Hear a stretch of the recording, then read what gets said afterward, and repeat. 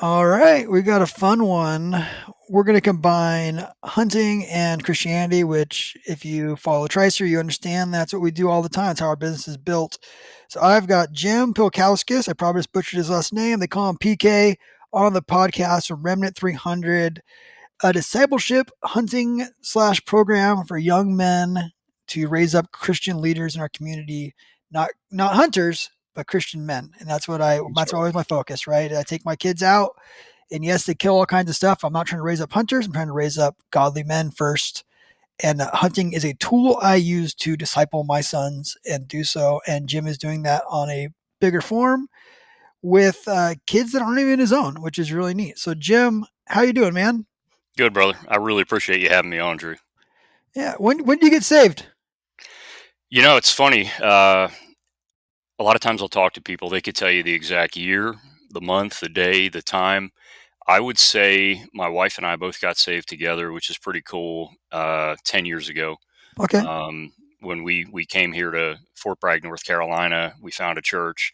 And I don't know the day, I don't know the month, but it was very clear that there was a certain time period where, Christ got a hold of us and transformed us, and everything has been different since.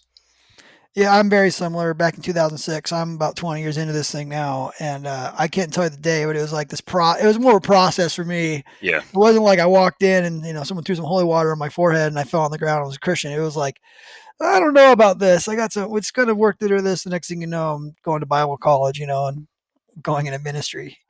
So that's awesome. So 10 years ago, you got saved in Fort Bragg, you and your wife. So you guys are like adult onset Christians. Like, I mean, you guys were older. No offense. I mean, well, no, we are. I mean, well, Crystal's 12 years younger than me. Um, but I grew up a Catholic, okay, right? So I was baptized, I did the okay, catechism, I did the whole nine. And, my path was just kind of in and out. And, a lot of times you don't know what you don't know until you get to a certain point and you look back and you realize, man, I was not walking with Christ. I was, went to Catholic high school and don't think I ever even opened a Bible. So it's not that I wasn't familiar. I just clearly wasn't saved until yeah, about, you know, 10 years ago, about 2015. yeah. That makes sense. And I think a lot of people go through that, right? Like we grow up. There's a lot of people who identify as Christian in the United States, but don't walk out a Christian lifestyle. Correct? That's right. Right? Which I'm not a big supporter of at all. Like I think you can't faith without works is fleeting, right? You have to have both. Um, and a lot of us kind of grow up in a household, right, where hey, we are Catholic, right? Catholics especially, right? Because I grew up the Yep. same way. My dad was a catechism the same way. I used to go to Catholic church, a few times a year. Like I'm a Catholic, and then like that's just how you. It's almost like It's almost like saying I'm American, well I'm Catholic, or I'm Protestant, or I'm Baptist, whatever. But a lot of youth don't develop their own relationship with God, and that's where we're losing a lot of youth, right? Like it's Yep. you got to kind of develop. You have to develop your own walk. That's always like we try and like not want to say force on our kids, but like teach our kids, right? Is like you're going to be an adult, right? Like my 18-year-old is an adult now, and he's going to a little Baptist church up in Oregon by his college. He's doing his thing, and he's doing it on his own finally, right? And that's always your worry, like, well, what's going to happen when he graduates? What's going to, That's right. is he going to walk it out, or is he going to walk off? That's right. Um, so yeah, so I guess, I mean, you obviously walked away for a while. You weren't going to, I did. I did. I'd say it was sporadic. Every time we would go to a new military post, we would find a church. But the relationship just wasn't there, man. And like you said, you're surrounded by self-identified Christians, right? People that proclaim to be Christians, but there were no fruits, right? So Mhm. it's the whole, faith without works is dead. And like you just said something that kind of that struck a chord, right? It's salvation is not a team event. So I think a lot of times we just assume that we're good because we are in a family where people are self-professed Christians, or we're in a church, or maybe we're in a Christian school. I had no personal relationship with Christ until 10 years when, like I said, he really got a hold of me, and everything just transformed. Man, my whole life has been different, and my wife since that happened to us. It's been remarkable, actually. So what is that? What does a relationship with God look like for somebody who doesn't understand? Like, what does that look like? What does that mean? I think for for starters, you have to spend time in the Word. right? Because that's how he, sometimes people ask, does God still speak to us? Yeah, he does. I mean, it's not in a burning bush, it's not in a cloud, but it's in his word. It's maybe from listening to a pastor, maybe it's a one-on-one relationship. I think God's very strategic. I don't think there's any coincidences. The fact that there's a million other companies out there, but somehow I found Tricer. And I started looking a little bit. I'm like, oh, check it out. These guys actually have scripture, on the packaging of their boxes. But there's a lot of companies out there that do that, right? But are they really walking the walk? And I started to dig a little bit more. And so my point is, God will use other Christians, to work and to spread the gospel and to grow His kingdom. And so it's either through other people, it's spending time in the Word, it's that conviction that we have when we're living outside His will, right? Hmm. I know obviously you know a lot about that. Uh, what is God's will? How do we know God's will? Um, I don't know. I think it's just a personal relationship where you're spending time with Him every day. You're making Him a priority. Like my young men's group, man. We do all kinds of shoot, move, communicate, field craft. I try to balance capability with humility, because and that could be a really fine edge. It could be difficult to walk. There's a lot of capable people out there that have absolutely no humility and they're not godly. Uh, but everything that we do is Christ centered. So it's like Christ is the center, man, and everything else that we do is just one of the spokes on that wheel. And that's how I define, I guess, a personal relationship. Everything I do is centered around my relationship with Him. Now, one of the issues I've had with like the church in the past is like the sissification of men, right? Like this like passivity. Jesus is a loving guy. Jesus is, Hmm. and man, like my favorite people in the Bible are guys like Paul who are like, let's go get into a fist fight, right? Or Peter who's like ready to go to cut a guy's head off, right? John the Um, Baptist. John the Baptist, like these guys like that, right? And I think the kingdom of God needs people like that, right? Like my fifth son, I talk about him all the time. We adopted him. He's wild. But yet I've never seen somebody with such a strong will in his life. He's dropped in everything at the skate park. He's either going to be the president of the United States or leader of a drug cartel. We still can't tell. But like I tell my wife, like, man, like God created him to have this. He's got fire. I mean, this kid's got fire in him, and like God created him for that reason. And I don't want to quench that fire. I want to harness that fire and mold that fire into whatever God has for him, right? That's right. Like my oldest boy is going into law school and he's really smart and he's not like a very social person. Like we molded that, you know what I mean? We did that. My second boy, very evangelical, right? He preaches all the time. He's everyone's best friend. We're molding that. And I think that like I don't think that I know that every child was meant to have a father to mold that and to shape that, right? The same way God shapes us, so we could walk in that anointing. And I tell people all the time, like I never truly walked the anointing of God. I've been a Christian for 20 years until the last couple of years when Tricer really started taking off. I understood like, oh, here's one of my callings. This is one of my anointing. Like right now, at this period of my time, Tricer is the anointing God wants me to walk in, right? That's why He's blessing it Mhm. so much. That's why I'm coming out with so many wild ideas and so much. I mean, we're able to give so much money to my foster ministry. It's unbelievable. And that's because I'm walking in that anointing and God's molded me into that person and men came alongside me to get there. So a lot of kids are lacking that though. A lot of kids don't have a dad to shape that, right? A lot of kids don't have a dad to show them what a man looks like, right? They're actually being told by the world, by women, like oh, men are supposed to be sensitive, men are supposed to cry, which men can cry, but men are supposed to be, basically we're I don't know we're feminizing men in our world, right? And we're not raising the way they're supposed to be raised because there's a lack of a father, right? Like I say all the time, we wouldn't need to have youth ministries and have 6,000 kids a week in ministry at my church if the dad was doing his job. That's right. So, It, it's not even just fatherless, right? It's fathers that are just. And I'm not bashing. There's a lot of good men out there that they only know what they know, and they know what they saw in their father, right? Whatever example mhm. they had.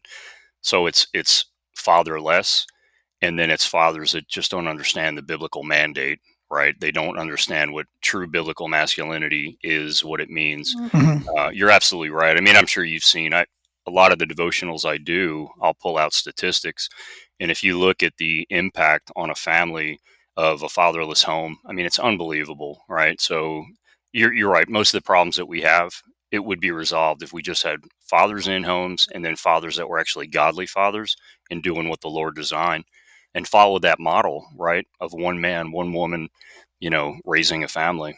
So Yeah, 100%. So that's kind of what leads me to this, right? So you get radically saved, right?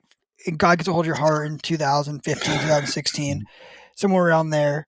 I take it you're a military guy? yeah, I did 30 years in the Army. 30 years in the Army, and Army, not sissies. not, Not for the most part. I mean, yeah, tough there's guys. exceptions. There's exceptions to Tough everything, right? guys. But So tough dude. You've seen some stuff. You were 2015, so you were involved in two wars, right? You're in multiple wars. You're involved in the Middle East in the 90s, I assume, and then at Middle East again in 2000s. Been yep. through some stuff, seen some things, slept in some tough situations. God gets a hold of your heart.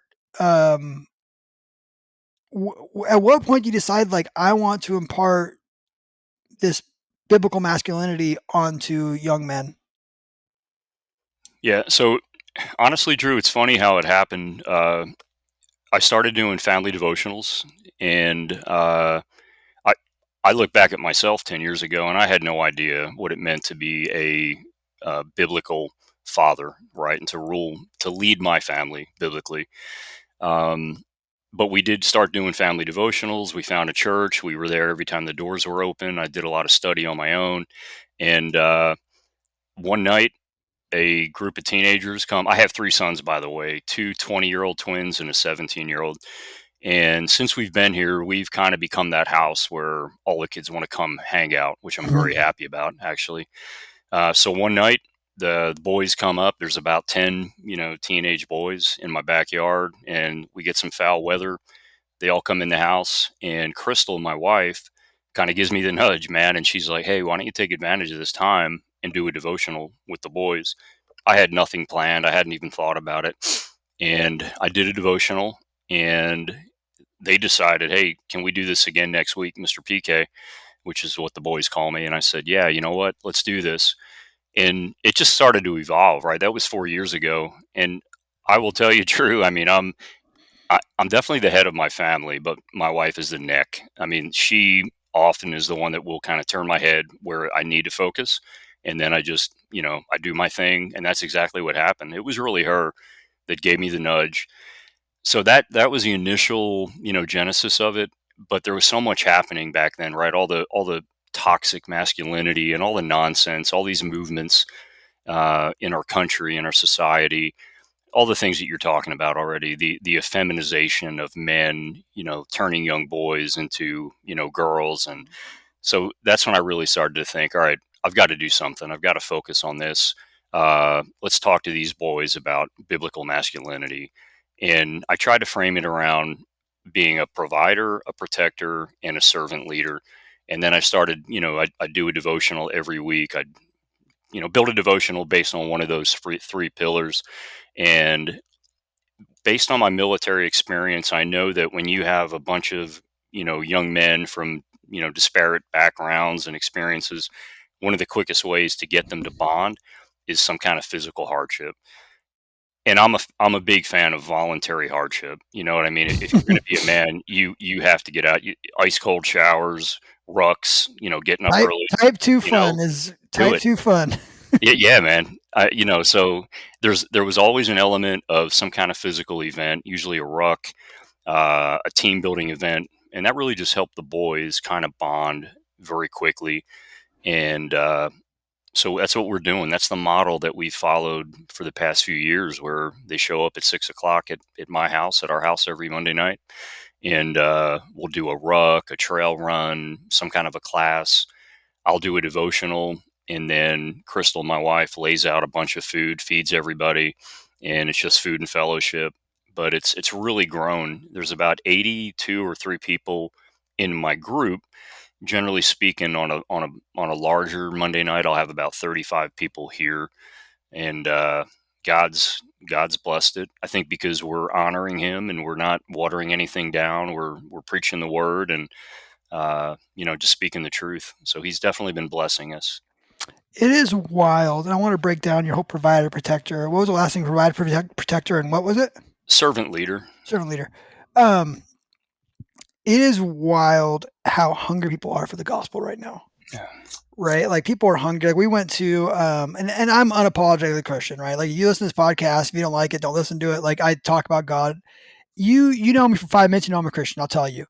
We ended up baptizing Mike Hearn on one of my employees in Mexico this year. With us, like people are hungry for the gospel, right? Like I'm seeing guys like Eric Schneider going to church, and guys, there's other people in the industry I know who are going to church right now, and God is moving. Eric Chester from Hushin got radically saved last year, right? Who is Him and that? his Eric Chester from Hushin. I don't know. Hushin's. I mean, when it comes to influencers, they're as big as you're going to get. I mean, Okay. 500,000, and Okay. God's using him to work with young men within Awakened Church in Salt Lake City. It's just neat to see like how hungry people are for the gospel, right? Like we're seeing it at my church right now. Charlie Kirk got shot, and our attendance went from 2,400 to 3,000 a week. And Yep. people like I mean, talk about screwing up, man. That kid thought he was going to, end Charlie Kirk, and all he did was just awaken a freaking lion. That's right. And you're seeing people get radical, people who never going to church now, and really just seeing like hearing what Charlie was saying and understanding what he was saying, right? Yep. People are hungry for the truth. People are tired of the lies. People are tired of being told like we're being told what's right is wrong and what's wrong is right. And hey, the sky is red, and if you say the sky's not red, then you're wrong, right? We should cut kids. We're going to cancel you. I'm in California, right? Like it's just they'll give your kids hormone blockers without telling you, right? It's crazy. They're calling your kid Sue instead of Jack because your kid says it's a girl. You know what I mean? There's Yeah. these wild experiments with our children, and the world is sick of it, right? And those three things you talked about, I want to touch on those because those are so important. And we'll go back and forth. I'm gonna try and give you as much time as you can to talk on it. Sure. But provider, protector, and servant leadership are three things that have been totally destroyed by the devil, by our culture, which are so important, right? Um, Talk about being a provider and what does the world call it? Like for a woman, we have a man, and what does the world say about a man being a provider for a woman? And let's break that down. I think, so if you look at the worldviews, and I know there's multiple categories, to me, it's basically Christianity or humanism or secular humanism, right? Yeah. Where man is the perfection.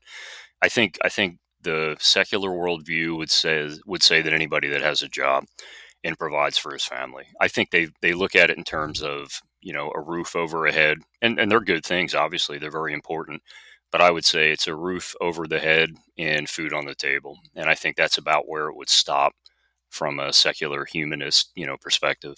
I would also go as far as to say that a woman doesn't need a provider. A woman doesn't need a man. Oh, A woman doesn't need a man to be a provider, right? They could provide for themselves, no, you're absolutely right, and that's right? definitely that's the direction that they've been pushing for a long time with the whole feminist movement. Is we are equals, right, in everything, right? And there is a role that a man should play since the beginning of time, whether it be going out and killing a freaking wildebeest Yeah, or going out and providing for your family, that a man should be doing, right? A man should be showing a son what hard work looks like, yeah, right? And we're losing that, right? We're doing this whole like stay-at-home dad experiment where the women are equal in that, and we're losing that. Men and women are not created equal; they're created differently.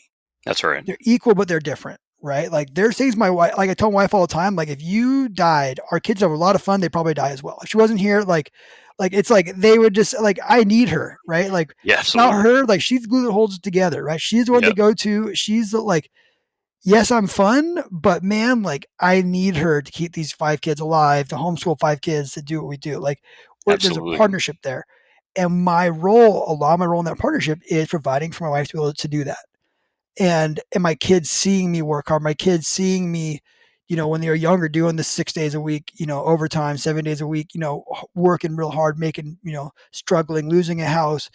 They need to see dad doing that, and we're losing Yep. that as a society.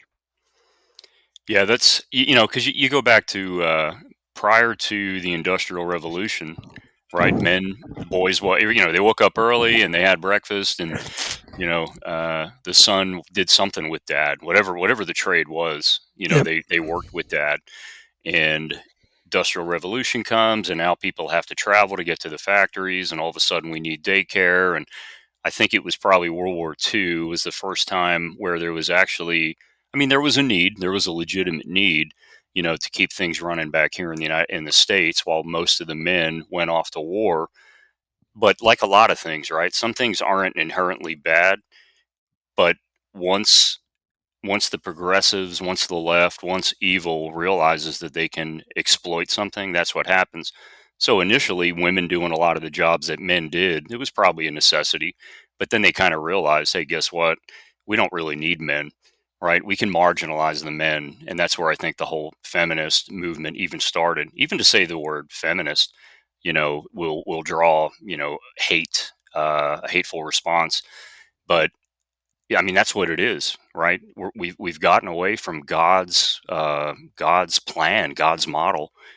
Just like you said. I mean, providing. It's not just providing a roof over their head. It's that example. It's that godly example. It's providing hope. It's providing instruction and sound doctrine, and all the things that a godly man and father is supposed to do. So you're absolutely right. Now, the second one I really like, and I'll tell you why: protection. The world, we're in a place right now where men will pull out their phones and watch someone, right? We just watched a woman get stabbed to death on a train and no one stood up, right? And I've always taught my boys, like, I expect you to get punched in the face. And that's not a bad thing.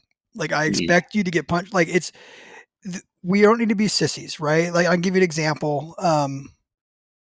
My son was, they were all down the beach and they were in the parking lot, and there's this big homeless guy, big giant homeless guy. He's in there and he's screaming at this clerk, this woman, and all of his friends are sitting in the car. And my son gets out of the car. He's 17 years old, 16 years old at the time. I don't know how old he was, 16. Gets out of the car, goes in between these two, and they're like, "What are you doing? Stop!" His friends are trying to stop him, and he dissolves the situation, Good for him. dissolves it, and like knowing he's going to get punched in the face. But when you see a woman in trouble, when you see a child in trouble, the man's job is to step in and get punched in the face. And we are lacking that. And it's because we're living in this time where everyone's equal. Women don't need protection. Women don't need. No, you are created to protect. You are created to open doors, to be chivalrous. And we're at a time now where you open a door for a woman and they get mad at you. They Right. do. Sometimes it's You're right. wild, right? Like, and but in but they were created, whether they like it or not, they were created to want that and desire that and need that, right? We're at a time right now, especially in California, where we have men running track, destroying, because we're supposed to be equal, right? And we're not. We're not the same. Women are not as strong as men. They are not. My wife, no matter how hard she tries, will never be able to bench half of what I can bench press, Hmm. right? Like my 15-year-old is stronger than my wife because she is naturally not as strong, because God created him to be the protector That's right. and her to be the nurturer, right? Absolutely. And we've lost this thing where we're trying to make the women both, and they can't do both. The same way I can't do both of my kids. Like I said, if my wife died, I don't know what would happen. Like it would be tragic for my children, right? Because I don't have what she has. We're equal but different, right? That's right. And there's this lack of chivalry. There's this cowardice that drives me crazy, right? Like my oldest boy is the same boy is going into the Air Force now. He's in the ROTC. He wants to serve his country, wants to do this thing. And there's such this lack of it. And I don't know if it's from just the way we make men look stupid on TV or just from social media. I don't know what it is. Like there's a lack of patriotism. I mean, the whole thing, it's just wild to see where the country is right now in this. um, I hate, like I tell my boys all the time, I never want to see you watch someone get bullied, right? Like I never want to see, like, the fact that people could, their first reaction now is to pull a phone out rather than step in and get punched in the mouth is shocking to me. We've talked about that with my young men's group many times, and it's the bystander effect, right? It's sometimes it's cowardice, sometimes it's thinking that somebody else is gonna take care of the situation, and I try to inject in every devotional, if not me, then who? If not us, then who? And that's the thing we have to. You get into this. It's not my responsibility. It's not my fault. Well, it may not be your fault, but it just became your responsibility as soon as you saw it, right? Never walk past a mistake. You just created a new standard when you do that. But you're right. I mean, look at sitcom, right? Look at Al Bundy. I mean, the whole movement has been made to make men look inept, stupid, foolish. So it's a very deliberate plan. I mean, Satan's no fool, and he has absolutely leveraged, social media, Hollywood very effectively. So yeah, I'm doing everything I can, man, to counteract that at my level, and obviously, men like you are. Thank God. It is a man's job, and we're lacking this, for his family to feel safe around him. Right? Like my daughter knows. Like my daughter sometimes will ask me, like, "You got your gun?" Like, cause you'll see someone scary. I'm like, "Of course I have my gun." Like she just knows. Like I have a CCW, just so it's legal in California, everybody. So you know, right? Like my daughter knows. All of my children know that I will lay down my life for them in a heartbeat. I will turn the world to sand for them. I will. My wife the same way. Like there is nothing you could rip me limb from limb. I don't care. There's nothing I wouldn't do for my children, and that is lacking. Yep. And we need more men like that, that will not abandon their children, not look at, it's not just men, but women as well. Like we're talking about men today, that we live in this time that is so selfish, so self-indulged, which leads to the next topic, that we're missing what is the only thing that matters, which is our families. Yep. I tell people all the time, like my legacy will never be tripods; it'll be my children, right? That's Like right. the only thing that's going to last from me, no one's going to remember Tricer in 50 years or 100 years. Maybe, well, who knows? Maybe it'll be around 50 years. I don't know, but not likely, right? Like it, it's just no one's going to remember that. But I will have grandchildren and great, and like I need to be that model. They need to feel safe around me. They need to know, like when your children feel safe, your children feel protected, they will be able to be the person God created them to be. That's right. Yeah, it's just creating that environment, right, where they feel safe. You're absolutely right. We talk about that a lot as well. Just I want them to be a formidable opponent to anybody that's out there looking to oppress them, their families, the innocent, the weak, the widows, you name it, right? Uh, a lot of times, what you hear about, we talk about men that are not capable, and we confuse that lack of capability with restraint. I'm like, no, man, you want a man to be dangerous. Jordan Peterson did. I know he's not a Christian, but he did a really good talk, right, on that, on being dangerous. You have the capability. The fact that you use discernment and restraint, right, that God gave you, that's different from being somebody that's incapable and ineffective. I want them to be a formidable opponent to any form of evil, whatever it may be. And then it's up to you to have the discernment and the restraint and to know when to turn it on and turn it off. So some people think just being sensitive is a strength, but it's not. Yeah, you can be sensitive, but you better You be can. willing to freaking get punched in the mouth. I'm sorry, I just feel like we're lacking that in this community. And this, I feel like a lot of kids would benefit from a fist fight these days. I'll tell you what. And I know that's not like some biblical answer, but I'm just saying, like we've just gotten soft as a country. I know. We've gotten really soft, and it's sad to see. It's just sad to see people um, do Well, that. even a lot of the, like you mentioned a little bit, Drew. You started to touch on, I think, selfishness, and that's sin, right? That's our sin nature.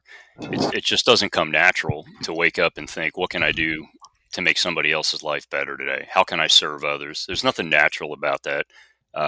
Especially, if you're an unbeliever, that's just your natural state for the most part, right? And I think for an unbeliever, even when you are doing for others, there's probably still some kind of selfish motivation behind that if you really peel the onion back enough. But I think it really takes Christ inside of us to want to serve other people, to want to put others before ourselves.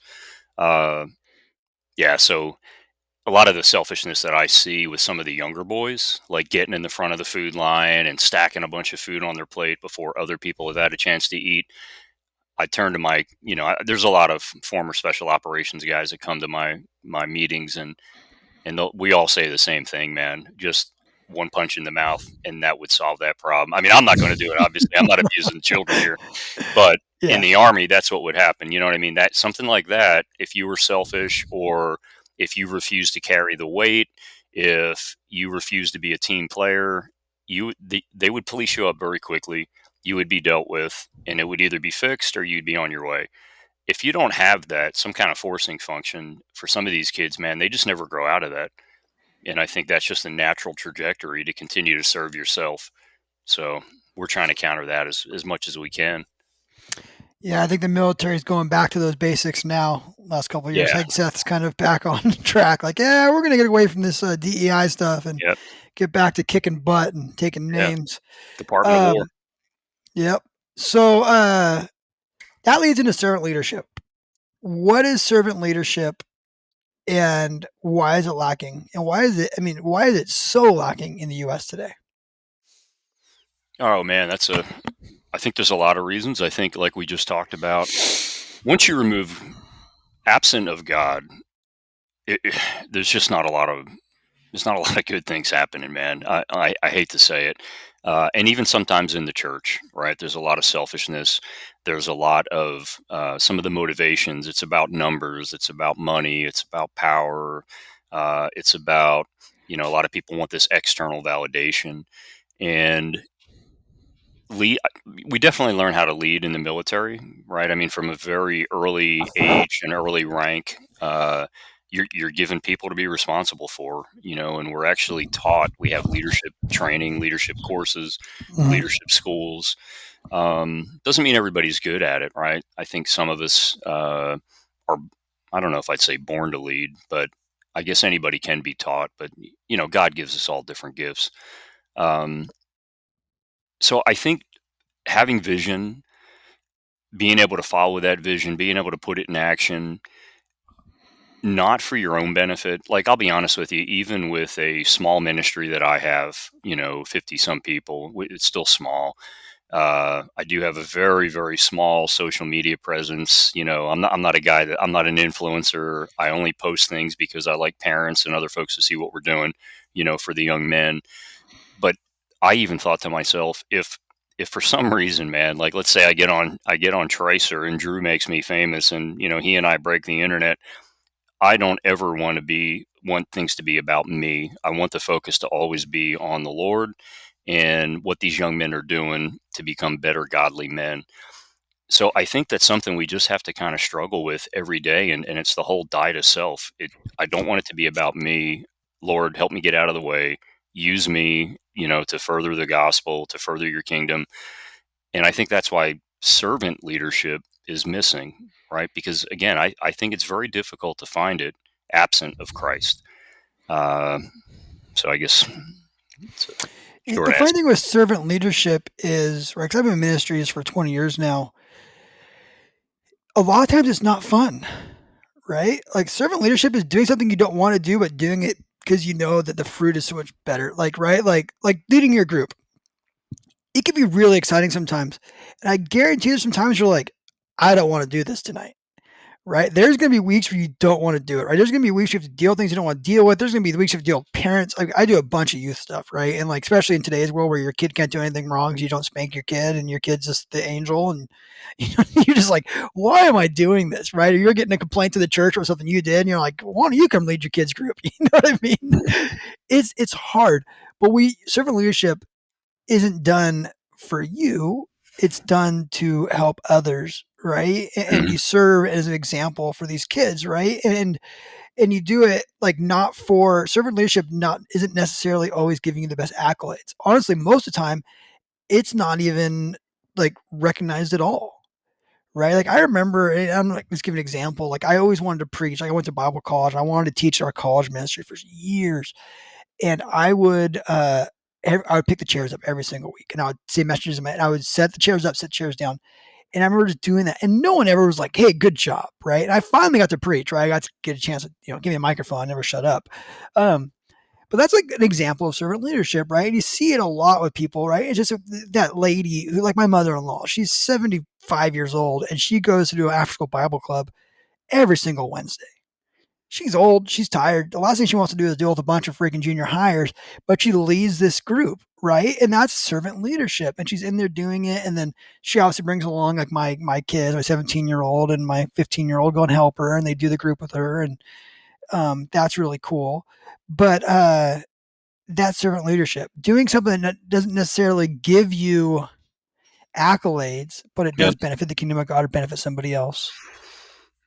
Yeah, you're right, man. And that's hard to find, right? Because we again goes back to our old nature. And even if we're saved, even as a believer, I mean that sin doesn't just disappear. So it's that validation, it's that recognition. I think we all still seek that.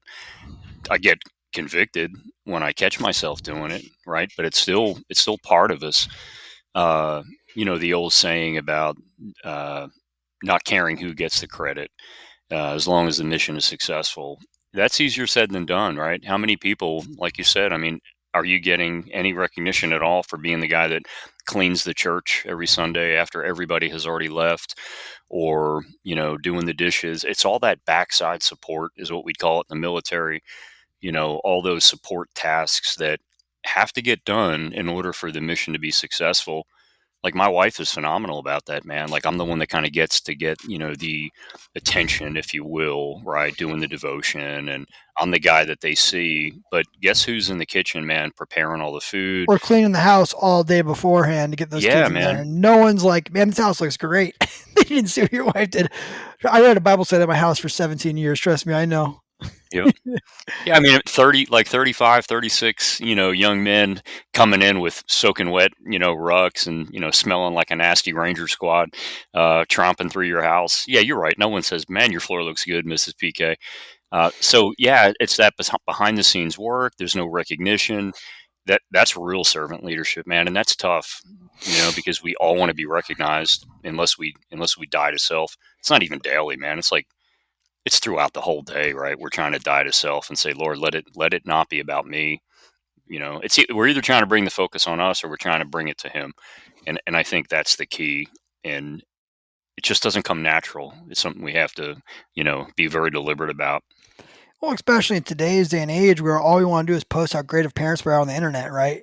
Like we can make everything look good in a picture, That's right? right. Did you see that Forrest Frank? You follow Forrest Frank at all? That Christian singer? I no. He's selling out arenas. He's awesome. He's Is huge, he biggest, yeah, and huge. And he actually just came out and said, "Yeah, I'm not going to award shows anymore really? because I don't want to get. I don't feel right taking glory for what God gave me." That's And man, authentic. people were so pissed off. Other Oh, singers, are they? right? And it's like he's like, I'm not saying you can't go. I'm just saying he's like, I don't want. I just want to sing like God's. God's good. I just want to sing. That's I pretty just cool. watched the other day for the first time. Watched Hacksaw Ridge. You ever seen that movie? I have. Yep. Man, talk about servant leadership. Talk about somebody who. If you haven't seen Hacksaw Ridge, I don't know how I never saw it until like the other day. This guy was a second day Adventist, right? Like they don't believe in violence or anything like that, and he joins the military, just gets ridiculed and beat up by his peers, and he goes over to Japan, and these Japanese won't quit. Long story short, they get overtaken. Everyone runs off the ridge. He stays up there all night, and he saves 45 of these guys who hated him. 45 dudes, and he just kept saying, "One more guy, Lord. One more guy, Lord. One more guy." This guy's no 75. I'm sorry, 75. This one man just sacrificed himself and saved 75 men in one night. Like, what a story. Like, servant leadership is, even though it's not, it's just so much more noble. I'd much rather be recognized for that than like, man, I make some really cool tripods and make a bunch of money. You know what I I mean? know. Like, I'm going to Kenya on Monday. I'm going to go teach a discipleship conference. I'm going over there for 2 weeks with my kids. And that is so much more important to me than like going on these hunts. And it's prime hunting season. Like I have a spot where my kid shot a 175-inch non-typical last year, 7x5 mule deer, and there were some deer with them. And the tag is like starts next week. Like the day we were flying out, the tag starts, and I have the points to draw it. And I had to be like, no, I'm going to go to Kenya. I'm going to trust that God's going to do this. I don't have any tags this fall. All of them are all my kids. Okay. Um, but man, like going over there and doing that, and being with my kids, having my kids see me preach, and having my kids preach. I'm actually discipling. We have all this. I have all these youth from our church going with me, and I've had them at the house a couple of times now. We're meeting again tonight. Um, they're actually teaching all the messages, right? I'm making them run the Bible study, making them run the game so they can preach and do it. Like that is so rewarding to go do that. Spend that time over there, not hunting in Africa, not doing anything else, just going over there just to serve God. Um, and man, I tell you what, like when you do stuff like that, like God redirects you. God puts you on a path, right? And God does things like I went over there last time I went over there was 2 years ago, and I created the Tricer RP or Tricer AP when I was over there, Archiplate. drew it on a napkin, did it. And man, we sell thousands of those a month. And I'm not saying that like I'm not this guy, like I'm not a seeker sensitive, I'm not a name it and claim it type pastor at all. But like, man, like when you go out and do serve God, like God provide everything else. Yep. And it's just so neat to see God do stuff like the AP right through that, right? And it, like I don't there's nothing in me right now that's like, oh, I shouldn't go do this. I should be going hunting. I should be doing meetings. Like I know that if I go do this, God will take care of the rest. That's right. That's right.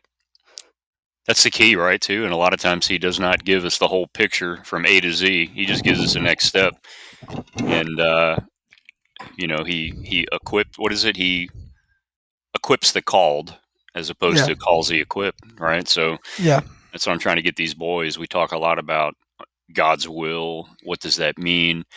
Is the decision to be a doctor or a politician in and of itself a moral decision? Well, no, not really, right? Unless you're going to be a doctor that's going to make a career out of, performing abortions, or you're going to be a politician that's going to be, corrupt and do everything that you have to do just to gain power. That's when it becomes a moral, issue, obviously. But otherwise, regardless of what it is you're doing, right? Just do everything for the glory of God. Uh, I don't know if you ever heard this statement. It's attributed to Martin Luther. I don't know if he said it, but it has something to do. And I think you said something about Christian businesses, which I, by the way, think we need to do everything we can to support fellow Christian, businesses. But Martin Luther said something about a Christian shoemaker. It's not about putting a bunch of little crosses on every shoe.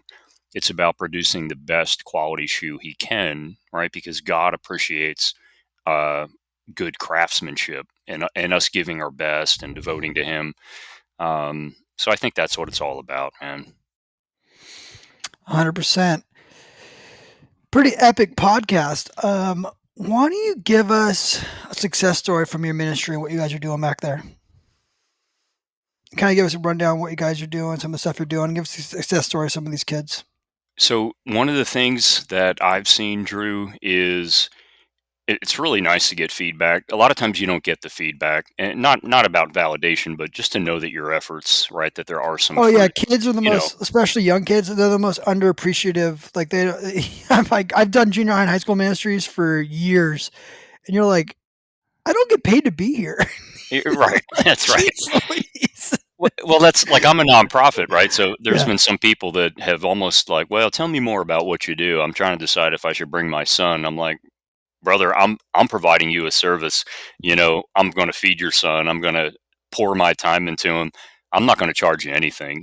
So yeah. it's just kind of funny. But uh, what what I really love to hear, honestly, Drew, is when a parent will reach out and they'll say, "Hey, I don't know what you guys are doing. I don't know what you're talking about right now, but I will tell you that prior to this week, I could not get you know Mike, John, Lou, whoever, to even get out of bed before 10 o'clock.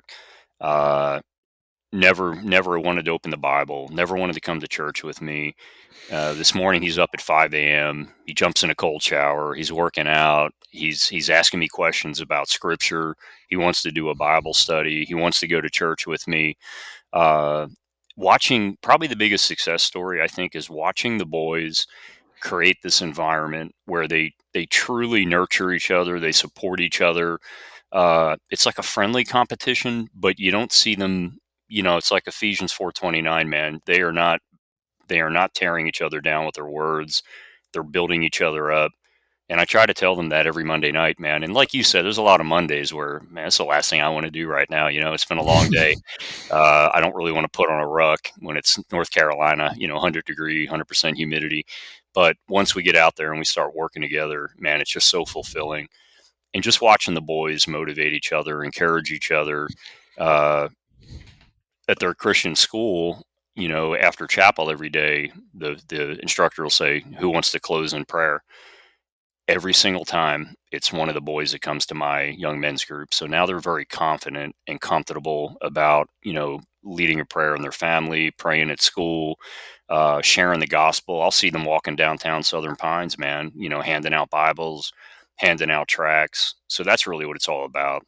That seeing them take it into their own hands, take it to the next step, and just create this environment, man, where they're all it's just a brotherhood where they're holding each other accountable and they're all growing in the Lord. Reproducing, reproduce. It's all about. Where can we find Remnant 300 if we want to support you or help you? Yeah, brother, that would be phenomenal. And we are. I don't like to ever ask for money, but we did become a nonprofit because if I want really good training for the boys, if I want medical training, land navigation, right now we're in the process of getting a building so that we can have classes in, and we do need. It takes money, right? It takes resources. So if anybody was interested in supporting. Uh, www.remnant300.org. So remnant300.org is the website, and that'll tell you a little bit about us. And there's a donate now tab. There's different kind of supporters if anybody was interested in doing that. Um, we're on Facebook as well, Remnant Young Men's Group. The business was Remnant Young Men's Group, and then when I became a nonprofit, I went with Remnant 300. I thought, the story of Gideon, Yep. uh, and of course Spartans and Thermopylae. That's not a bad use of Yeah. symbolism. So, but yeah, remnant300.org. That's awesome. Jim, I love what you guys are doing. Uh, Praying for you guys. That's great. Let's get together again, man. I'd love to, man. I would. I'd really love to learn more about your overseas missions work. If that's something that any of my guys will be able to participate in, we'd love to. Yeah, I'd love to get on with you. Let's do it Cool, again. brother. Drew, thank you, man. Thank you.